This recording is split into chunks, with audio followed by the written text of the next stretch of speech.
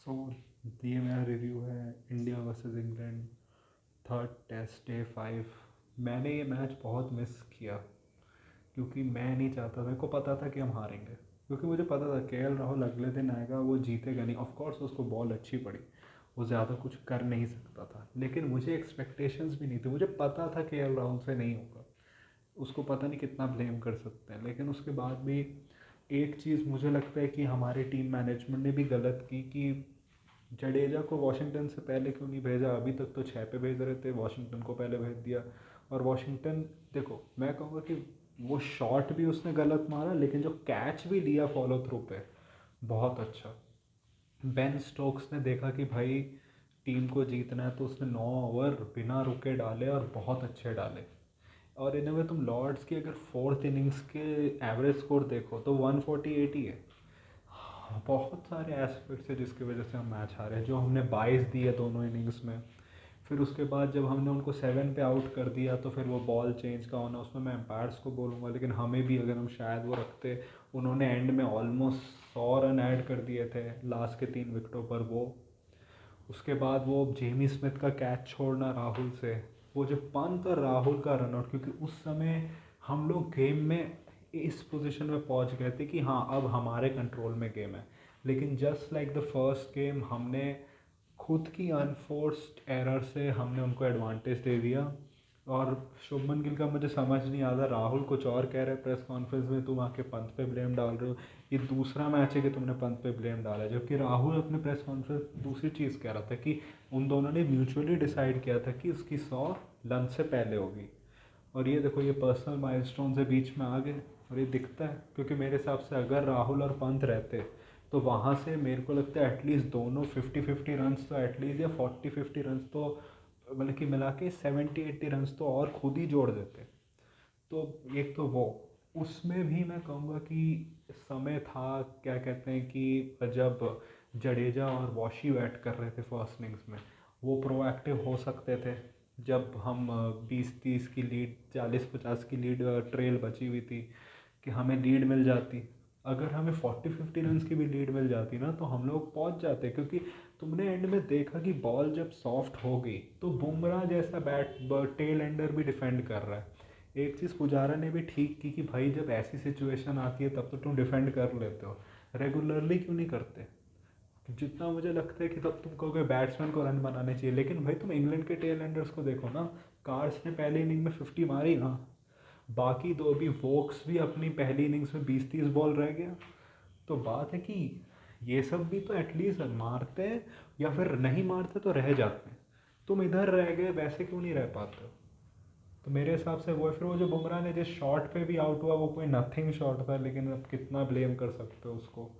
बुमराह का ये एक चीज़ कह सकते कि देखो, आई गेट कि उसकी इंजरी कंसर्न है, लेकिन यार अगर हमें कभी कभी लगता है कि जिस मैच में हम उसे खिला रहे, अगर हम उससे 7 ओवर या 8 ओवर का कभी कभी स्पेल करा ले, ऑफ कोर्स मैं ऑस्ट्रेलिया लेवल का नहीं कह रहा हूँ, ऑस्ट्रेलिया वाला लेवल कुछ ज़्यादा ही हो गया था, लेकिन अगर थोड़ा सा ज़्यादा करा दे तो मुझे नहीं लगता कि उसमें थोड़ा होना चाहिए, क्योंकि वो वैसे भी थोड़े ऑफ ले रहा है। आई थिंक थोड़ा सा मेरे हिसाब से हमें मैनेज करना पड़ेगा कि ऑफ कोर्स ऑस्ट्रेलिया जितना ओवरवर्क ना करे, लेकिन जब हमें लग रहा है कि हम उनकी टीम को ख़त्म कर सकते हैं, तो अगर एक दो एक्स्ट्रा ओवर करा ले तो मुझे लगता है वो एडजस्टमेंट होनी चाहिए। दूसरा ये भी कि एक चीज़ ये भी दिखाते कि ये जो 3-3 ऑलराउंडर वाली स्ट्रैटेजी है ना, ये उतनी वर्क नहीं की। चलो नीतीश रेड्डी ने 1 विकेट ले लिया, उसने ओवर्स भी डाल लिए, लेकिन वो बंदा आते 7 पे बैटिंग करने, 6-7 पे बैटिंग करने आता है। उसका तुम अगर उसका और वॉशिंगटन का एवरेज मिलाओ ना इस सीरीज़ का, तो मिला के 40 भी नहीं है।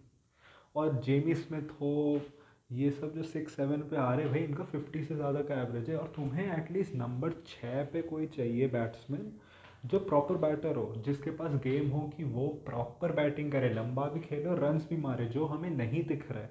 ये लोग एक होल्डिंग रोल कर सकते हैं वॉशिंगटन, नीतीश तो वो भी नहीं कर पा रहा था। तुमने सेकंड इनिंग्स में देखा कैसे आ रहे तिरछे शॉट, ऐसा लग रहा था भाई तुम बैटिंग ऑलराउंडर की हैसियत से खेल रहे हो, तुम इतने वैसे बड़े इनोवेटिव शॉट्स मार रहे हो, लेकिन सारे फील्डर्स की तरफ जा रही है। कोई तुम ये नहीं कर रहे कि गैप में मैं ट्राई करूँ थोड़ा सा, मैं अपना स्टांस चेंज करूँ कि भाई मेरे से गैप में नहीं डल रही तो करूँ। ऐसा लग रहा है गैलरी के लिए खेल रहे हो तुम।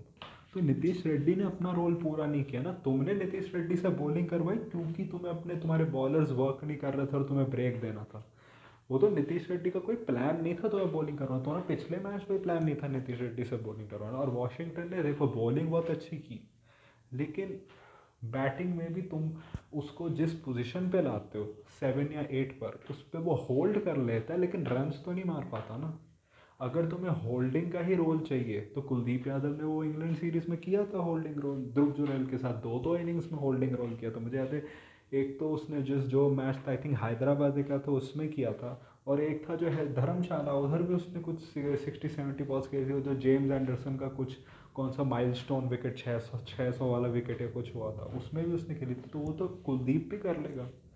मेरे हिसाब से स्वैप होना चाहिए, आपको कुलदीप को लाना पड़ेगा टीम में, और आपको मतलब कि ध्रुव जुरैल को लाना पड़ेगा, और यही करना पड़ेगा, नीतीश रेड्डी के जगह ध्रुव जुरैल लाओ और वॉशिंगटन के अगेंस्ट कुलदीप लाओ, जो मुझे नहीं लगता ये लोग करेंगे क्योंकि वॉशिंगटन ने विकेट्स ले ली। लेकिन और इन अ वे एक अश्योरेंस रहता है कि 8 तक बैटिंग है, लेकिन भाई 8 तक बैटिंग तो है, लेकिन आपके 6, 7, 8 तीनों ऑलराउंडर्स नहीं हो सकते ना।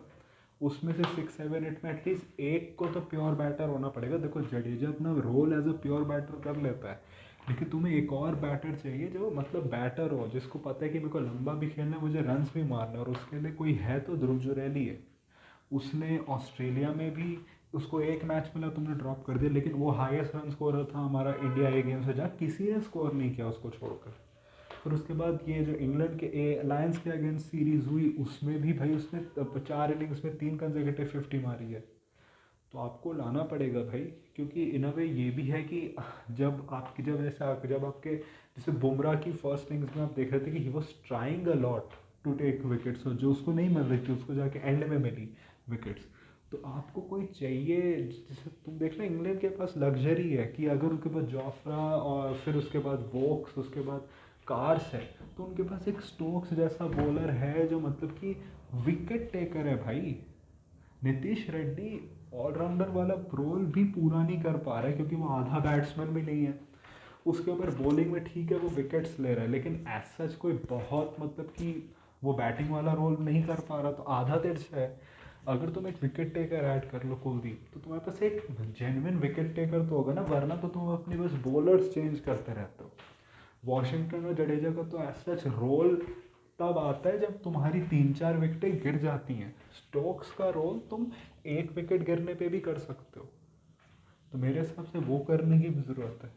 उसके ऊपर से पंत की तो हैंड की इंजरी थी, तो आई गेट वो बोल्ड हो गया, लेकिन आई थिंक उन्होंने जो एग्रेशन लाया, मैं उनको कोई फॉल्ट नहीं दूंगा, उनके साथ जो 11 लोग ओपनर्स पे चढ़े वो था। आई थिंक मैं अपने बैट्समैन को कहूँगा, शुभमन गिल, जब प्रेशर सिचुएशन आया तुम्हें कुछ करना था नहीं, बॉल देखो थोड़ा, जब शुभमन गिल आया था बॉल देखो थोड़ा बहुत कर रहा था, लेकिन वो जिन बॉल्स को भी देख के एज हुआ या फिर कुछ हुआ, अगर आराम से खेलता वो रैटल नहीं होता तो ठीक होता। जायसवाल ने जो शॉट मारा वो क्या ज़रूरत थी, हम कोई 20 ओवर में तो चेस करने नहीं जा रहे थे। राहुल ने ठीक खेला लेकिन एंड में हो गया वो। तो मेरे हिसाब से लोगों को एक तो इंडिविजुअल प्लान्स लाने होंगे कि भाई मेरे को टीम के हिसाब से देखना है, ये खुद की ईगो पे खेलना, फिर उसके बाद राहुल का कि मेरे को अपनी 100 करनी है, फिर उसके बाद शुभमन गिल का रैटल हो जाना, मतलब कि तुम्हें इंडिविजुअल प्लान्स लाने कि भाई मेरे को इंडिविजुअली टीम के लिए मुझे ये करना है, और टीम मैनेजमेंट को भी मैसेज देना है भाई कि तुम लोग अपने में क्या प्लान्स बना रहे हो कि 100 पहले हो जाए, हमारी सुनो और ये करना है वो करो।